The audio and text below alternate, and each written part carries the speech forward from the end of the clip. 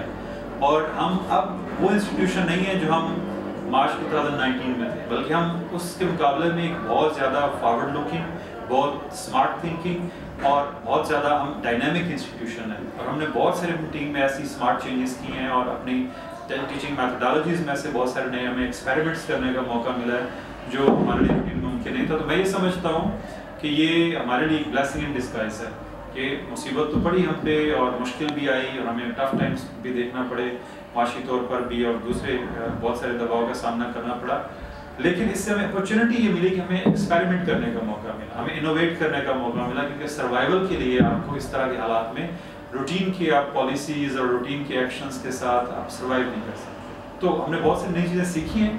انشاءاللہ ان نئی چیزوں کو ہم جب اپلائی کریں گے، ان کو ساتھ لے کے چلیں گے اور ہمارا پریویس جو ایکسپیرینس ہے اس کو اس کے ساتھ ہم جب اسٹیپل کریں گے تو انشاءاللہ ہم بہت جلدی ایکسپینڈ کر کے ایک بڑا میجر انسٹیٹیوشن بننے والے ہیں.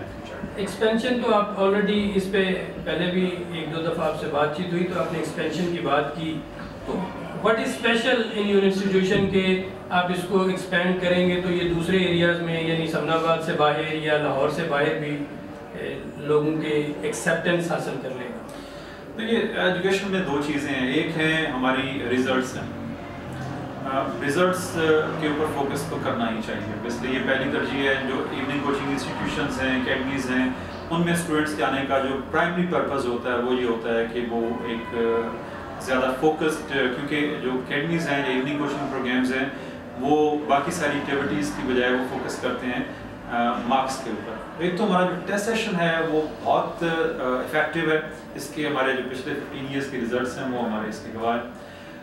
دوسرے اس کے ساتھ ساتھ ہم یہ آپ سمجھیے کہ سم تھنگ ایکسٹراڈنری جو انیوژل ہے وہ ہے اسٹوڈنٹس کی لائف میں جو سافٹ اسکلس کی کمی ہے ہم اس کو پورا کرنے کی کوشش کرتے ہیں. تو ہم منتھ میں at average 2 some times 3 times ہم کلاس روم میں موٹیویشنل لیکچرز اور ڈفرینٹ چھوٹے چھوٹے کوئزز اور ایسے پروگرامز ارینج کرتے ہیں جس سے بچوں کے اندر ان کی جو کمیونیکیشن سکلز ہیں جو کہ ایکچولی لائف لائن ہے، مطلب لائف میں کامیاب ہونے کے لیے، گرو کرنے کے لیے، کیریئر میں سکسیس کے لیے اور ایون انٹرویو سے لے کے آپ کی پروموشن تک اور آگے بڑھنے تک آپ کی کمیونیکیشن سکلز، آپ کا پرسنل کانفیڈینس، آپ کی پرسنل گرومنگ، یہ چیزیں بڑی میٹر کرتی ہیں. تو یہ ہمارے اسپیشلی اسکولز اور کالجز تو کسی حد تک کرتے ہیں، لیکن ہمارے جو ایوننگ انسٹیٹیوشنز ہیں وہ یوزلی اس کو اگنور کرتے ہیں. تو ان کا پرائمری اور سیکنڈری دونوں ایک ہی فوکس ہوتے ہیں کہ اسٹوڈنٹس کو اچھے سے اچھے مارکس لے کے دیے. آخری سوال آپ کا ان حالات میں پیرنٹس کے لیے اور اسٹوڈنٹس کے لیے مختصراً کیا پیغام ہے کہ وہ تعلیم کی طرف واپس آ جائیں؟ دیکھیے، پیغام بڑا سادہ سا ہے. پیغام یہ ہے کہ تعلیم کے بغیر زندگی میں ترقی ممکن نہیں ہے، سروائیول ممکن ہے لیکن ایک اچھی زندگی ممکن نہیں ہے. تو جو لوگ ابھی ایجوکیشن سے کسی طرح سے ڈسکنیکٹ ہو گئے ہیں، ایون بہت سارے پیرنٹس، یہ حقیقت ہے کہ وہ معاشی طور پہ بہت سارے دباؤ میں ہیں، بہت سارے بزنسز بند ہو گئے ہیں، بہت سارے بزنسز جو ہیں وہ ان میں ڈاؤن سائزنگ ہوئی ہے، جابس گئی ہیں لوگوں کی. لیکن ہمیں یہ سمجھنا ہے کہ ہمارے مستقبل کی جو چابی ہے، ماسٹر کی ہے، وہ ایجوکیشن ہے. آپ برگرز کھائیں یا نہ کھائیں، آپ نئے کپڑے خریدیں یا نہ خریدیں، لیکن ایجوکیشن کے اوپر ہر صورت میں آپ اس کے اوپر پہرا دیں، اس کے اوپر کھڑے ہوں، اور اس کو اس بات پہ نہیں ڈالیں کہ ہم دیکھیں گے، سوچیں گے، یہ کریں گے، ابھی تو اور بڑے مسائل ہیں، ابھی بلز ہیں، رینٹس ہیں، کھانا پورا نہیں ہو رہا تو ہم تعلیم کے لیے کہاں پیسے نکالیں۔ تو یہ ترجیحات ہمیں دوبارہ سے ری سیٹل کرنی ہوگی اور ہمیں واپس اس پوزیشن میں آنا ہوگا، بلکہ اس سے بہتر پوزیشن میں آنا ہوگا جس میں ہم as a society, as parents, as community, ہم جس لیول پہ ہم 2019 مارچ میں تھے، اب ہمیں اس سے زیادہ، کیونکہ اس دوران ہمیں یہ ریئلائز ہوا ہے کہ ہمیں جو ایجوکیشن ہے وہ ہمیں سروائیو کرنے میں بہت زیادہ ہیلپ کرتی ہے۔ تو جو پڑھے لکھے لوگ تھے، جو انوویٹیو لوگ تھے، وہ اس دوران اس مشکل وقت میں کمپیریٹیولی بہتر انہوں نے سروائیو کیا۔ تو education is the only way forward. باقی سب چیزوں پہ آپ جیسے بھی کٹس لگائیں، کمپرومائزز کریں، جو بھی کریں، لیکن ایجوکیشن کو کسی بھی صورت میں نمبر 2 یا نمبر 3 پہ نہیں ڈالیں۔ Education must be our priority number 1 as a nation, as society, as community, as parents. یہ ہمارا فرض اول ہے کہ ہم تعلیم کو پریارٹی نمبر 1 پہ رکھیں اور باقی سب چیزوں میں کٹس لگائیں، سیکریفائسز کریں، اور بچوں کو دوبارہ سے اس فریکوینسی پر لے کر آئیں جہاں وہ ایجوکیشن کے اوپر فوکس تھے، کلاس رومس میں آ رہے تھے، پڑھ رہے تھے، ٹیسٹ ہو رہے تھے، لیکچرز چل رہے تھے، اور ایک پورا نظام چل رہا تھا۔ تو we have to reconnect with all those positive things. جی ناظرین، یہ تھے ہمارے ساتھ تنویر شوکت گھومن صاحب، chairman Paradise Group of Academies. بہت خوبصورت باتیں انہوں نے کی۔ ہم نے کوشش کی کہ آپ کو ان سوالوں کے جواب ڈھونڈ کر دیں جو آج کل ایجوکیشن انسٹیٹیوشنز کو درپیش ہیں، اور اس کے ساتھ ساتھ جو بچوں اور پیرنٹس کو درپیش ہے۔ تو رائے جو جواب ہمیں ملا ہے وہ یہ ملا ہے کہ تعلیم کے بغیر نہ تو کوئی انڈیویجول آگے بڑھ سکتا ہے اور نہ ہی ایز اے قوم، ایز اے نیشن ہم ترقی کر سکتے ہیں۔